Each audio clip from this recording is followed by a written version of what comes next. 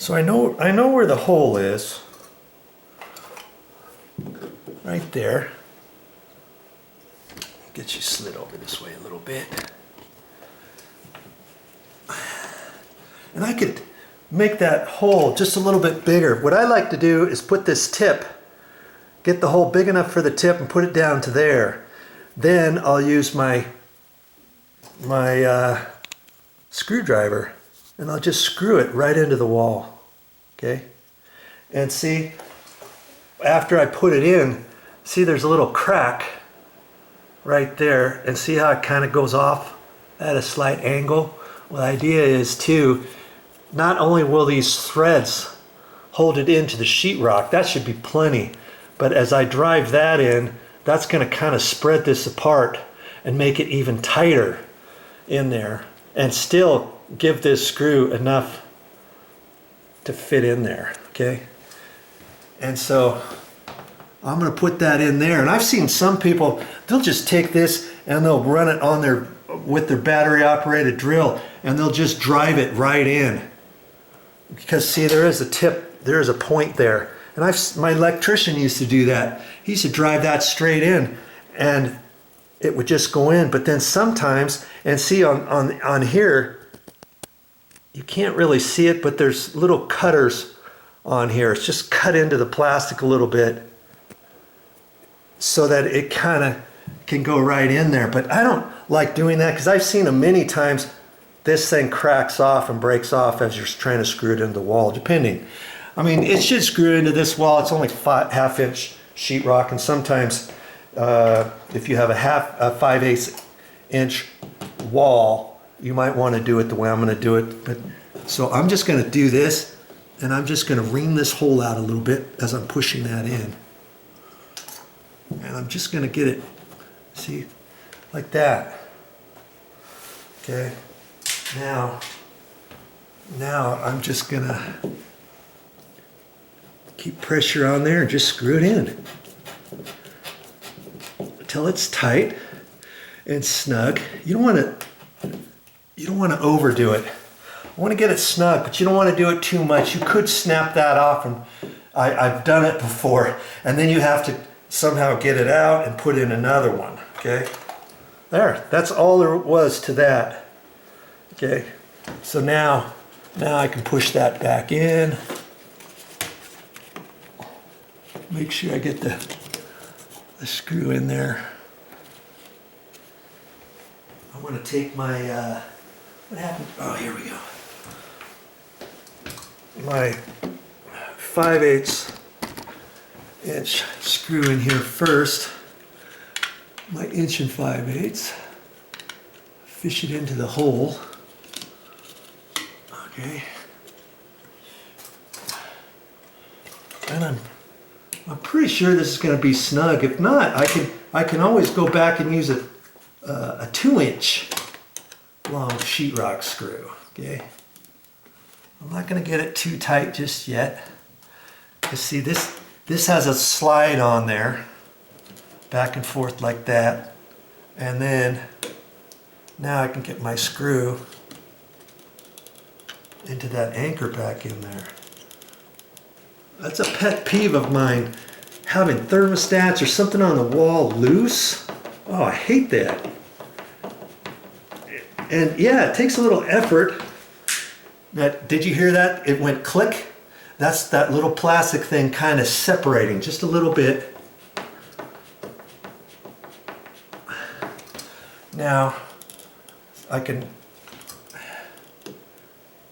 to tighten this one almost snug, and then I'm going to look at this and see if it's level and see how I want that. If I had a small level I could put on there. In fact, I think I do. Let me grab that and show you that. Look at that. Here's a magnetic strip on there, not that I have magnetic on here. And then there's a bubble for this way, that's vertical, that's plumb, and this would be level up and down this way. And see my bubble? I just want that to be level. And the trick with that is, how much do you trust your little level. You know what I mean? Because if the level's off, if it's not working, like if you've dropped your level quite a few times, maybe your level's not perfectly working properly, okay? I'm looking at that, it looks level within the bubble. I'm gonna take that off, I'm gonna stand back and take a look at it to see if I think it's level. And another thing you can do, and that looks pretty good, doesn't it? Another thing you could do, if you got something like a big picture like this or something like that, and see, I installed that without any level or anything. What I did is I just took my tape measure up here off the wall and measured down, because usually your ceiling is going to be level.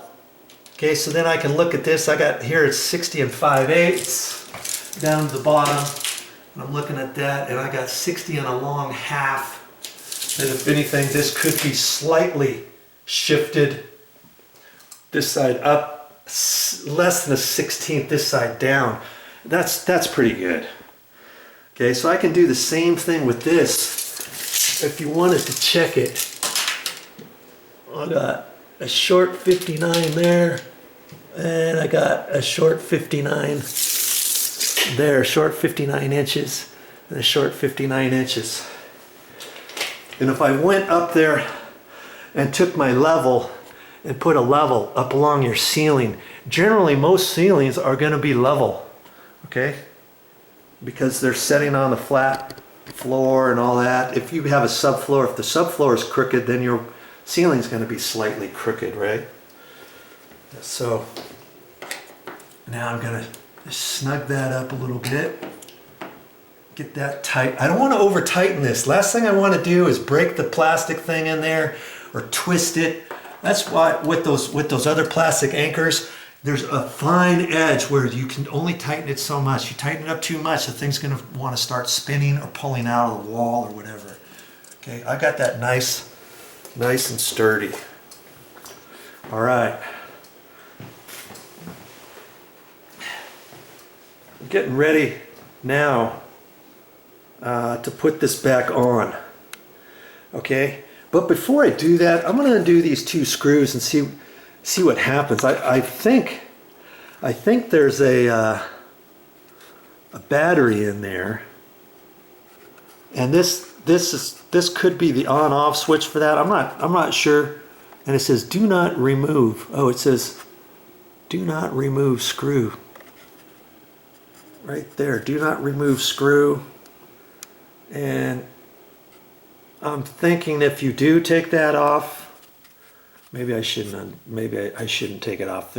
I'm guessing there's a battery in there, and then you can replace the battery, taking these two screws off, seeing what kind of battery. It could be a little mini, triple A, or it could be a small round flat battery, you know, to fit in there. I'm not going to take that off, I don't think. It says do not remove screw. I think it says that just for somebody not to leave those screws off, because that's what holds this whole front piece on, okay? And when we put this on, to put that on, see the little prongs in there? Those prongs have to fit on the prongs here. And I should be able to line that up and see exactly where it goes. And it should push right on there and snap on, okay? I was looking at these to see next time how I could get those off, if there's any other easier way. And I think it's just a lot of mumbling and grumbling and until it can come off. Okay, it should be something where you can put a little screwdriver up in through here and have this push in to where this pulls out. But on this, it looks like you just have to kind of finagle things until they come out. Okay. I'm hoping this is going to go on with not a hitch.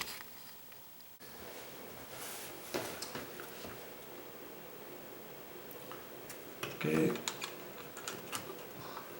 I know it's going in there because it's lined up right. And now it's a matter of snapping it. I've snapped over the bottom ones, and I've snapped on the top one now. Nice. It still has a slight wobble to it, but that's not because the base is loose. It's because there's a little bit of give in this plastic cover. So if your cover